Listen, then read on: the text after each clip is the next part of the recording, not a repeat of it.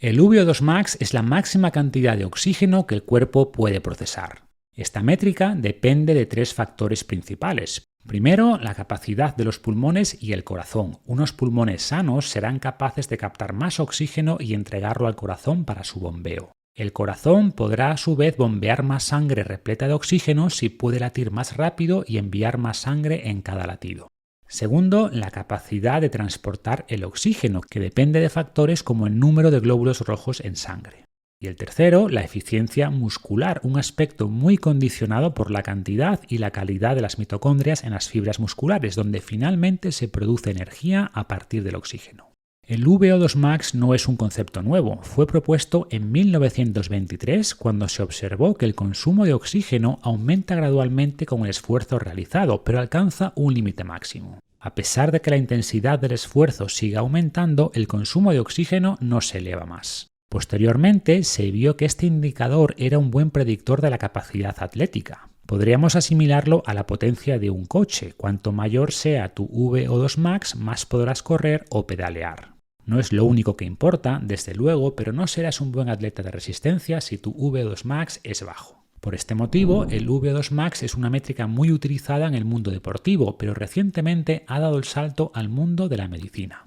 La Asociación Americana del Corazón, por ejemplo, recomienda considerar el VO2 max como un signo vital más que los médicos deberían evaluar. VO2 max y longevidad. Un estudio publicado en 2018 evaluó el VO2 max de más de 120.000 personas, a las que hizo seguimiento durante 10 años. Las dividió después en 5 grupos según su resultado. El grupo bajo VO2 max estaba formado por los sujetos que estaban por debajo del percentil 25, es decir, el 25% con peores resultados. El grupo bajo la media eran los que estaban entre el percentil 25 y el 50. El grupo sobre la media estaba entre el percentil 50 y 75. El grupo alto estaba entre el percentil 75 y 95. Y finalmente el grupo élite incluía al 5% con mayor VO2 max. En los siguientes 10 años se encontró una correlación clara entre el VO2 max y la probabilidad de supervivencia. Observando con detalle los datos, podemos extraer varias conclusiones importantes. Primero, que las diferencias en términos de mortalidad entre tener un VO2 max de élite y uno simplemente alto son mínimas. Y segundo, que la mayor reducción de mortalidad se logra al dejar de estar en el grupo de cola. Pasar del peor grupo, percentil 25, al siguiente, percentil 25-50, supone una reducción del riesgo de mortalidad de casi el 50% en los siguientes 10 años. Al escalar una categoría más y estar por encima de la media, la reducción de mortalidad es de un 10% adicional. La diferencia es tan grande que podría hacernos dudar, pero en 2022 se publicó un estudio todavía mayor con resultados muy similares. Evaluaron a más de 750.000 personas de entre 30 y 90 años. El 20% con peor condición física tuvo 4 veces más riesgo que el 2% de personas de su misma edad con mejor condición física. Los investigadores concluyeron que tener baja capacidad cardiorrespiratoria supone un riesgo muy superior al resto de factores clásicos como hipertensión, fumar o colesterol elevado. Por poner estos números en contexto, fumar aumenta el riesgo de muerte un 41%. Estar en la categoría más baja de VO2 max respecto a la más alta lo aumenta en un 400%. Vida y VO2 max. Más allá de su impacto en la mortalidad, el VO2 max condiciona las cosas que podrás hacer a medida que cumplas años y por tanto cuánto disfrutas la vida. El VO2 max se puede medir en términos absolutos o mililitros de oxígeno por minuto, pero para poder comparar entre personas se usa el VO2 max relativo, que considera el peso de cada persona. Se expresa, por tanto, en mililitros de oxígeno por kilo y minuto. Y la siguiente ilustración, la ilustración que incluyo en el artículo, indica qué valor necesitas aproximadamente para ser capaz de realizar distintas actividades. Si quieres correr por la montaña a 10 km/h, necesitarás un VO2 max de 45-50 mililitros por kilo por minuto. Para hacerlo sobre superficies planas es suficiente con 35.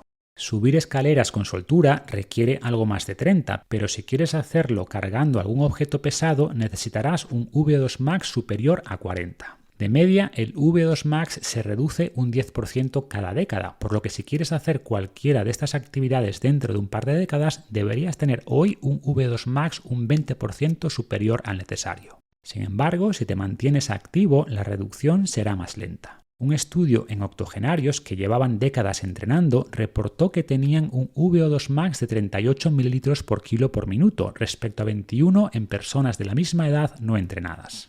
Es decir, tenían una capacidad cardiorrespiratoria equivalente a la media de personas 4 décadas más jóvenes. ¿Cómo conocer mi VO2 max? La forma más precisa de medir el VO2 max es realizando una prueba de esfuerzo y tu objetivo debería ser estar en el 20% superior según tu sexo y rango de edad. Si no puedes realizar una prueba de esfuerzo, puedes estimar tu VO2 max con el test de Cooper. Este test consiste en correr la máxima distancia posible durante 12 minutos. A partir de esa distancia, las tablas que incluyo en el artículo te darán una buena estimación de tu VO2 max. Pero para que te hagas una idea, un hombre de entre 30 y 39 años debería recorrer al menos 2.300 metros en esos 12 minutos para tener un muy buen VO2 max y en el caso de las mujeres sería al menos 2.000 metros. La prueba debe realizarse en una superficie plana y con el mínimo viento posible. Si la realizas en una cinta de correr, debes configurar una inclinación del 1% para equiparar el esfuerzo respecto a correr al aire libre. Por último, varios estudios indican que los valores reflejados por los relojes deportivos son también una buena aproximación del VO2 max real, aunque menos fiable. ¿Cómo mejorar el VO2 max? Hay dos formas principales y complementarias de mejorar el VO2 max: entrenamiento en zona 2 y entrenamiento de alta intensidad. Exploremos ambos. Entrenamiento en zona 2. En la programación del ejercicio aeróbico se suele utilizar una escala de 5 niveles o zonas de entrenamiento, donde la zona 1 corresponde a una actividad física muy ligera, por ejemplo caminar, y la zona 5 a una actividad de máxima intensidad, por ejemplo sprintar a toda velocidad. El entrenamiento en zona 2 consiste básicamente en realizar ejercicio aeróbico de baja intensidad durante al menos 45 o 60 minutos seguidos. ¿Y qué es baja intensidad? Pues aquella en la que no se eleva el nivel de lactato en sangre porque el reciclaje es igual a la producción. Y aunque este punto varía según cada persona, se suele encontrar en el 65-75% de la frecuencia cardíaca máxima. Esta frecuencia cardíaca máxima se puede evaluar realizando un test de esfuerzo o se puede estimar con la famosa fórmula de 220 menos la edad. Es decir, si tienes 40 años y aplicamos esta fórmula, tu frecuencia cardíaca máxima aproximada será de 180 pulsaciones por minuto, 220 menos 40. Esta estimación tiene bastante margen de error, pero nos sirve como orientación. Siguiendo con este ejemplo, ejercicio aeróbico en zona 2 implicaría mantener las pulsaciones entre 117 y 135. 117 es el 65% de 180 y 135 el 75% de 180. En cualquier caso, no es necesario medir las pulsaciones para aprovechar los beneficios de este tipo de entrenamiento. Se trata simplemente de hacer ejercicio continuo a una intensidad que te permita mantener una conversación sin que se entrecorte mucho la respiración. Si puedes hablar sin esfuerzo, vas muy lento, en zona 1, y si apenas se te entiende, vas muy rápido, en zona 3 o 4.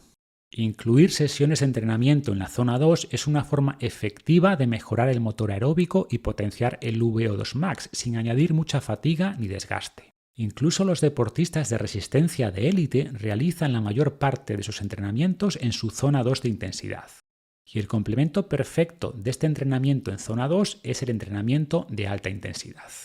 Por alta intensidad nos referimos a entrenar por encima del 90% de la frecuencia cardíaca máxima, es decir, en la zona 5. Es imposible mantener esta intensidad durante mucho tiempo, por lo que estos entrenamientos de alta intensidad se suelen estructurar por intervalos, alternando periodos breves de máximo esfuerzo con descansos. Esto explica el nombre que estos entrenamientos reciben en inglés, High Intensity Interval Training o entrenamientos por intervalos de máxima intensidad. Este tipo de entrenamientos han demostrado mejorar el VO2 max de manera equivalente a sesiones aeróbicas mucho más largas. Y estas dos estrategias no son competidoras, sino complementarias, ya que mejoran el VO2 max por vías distintas. El cardio suave tiene mayor efecto a nivel central en el sistema cardiovascular, mientras que el HIIT tiene mayor impacto a nivel muscular, generando un efecto especialmente beneficioso en las mitocondrias.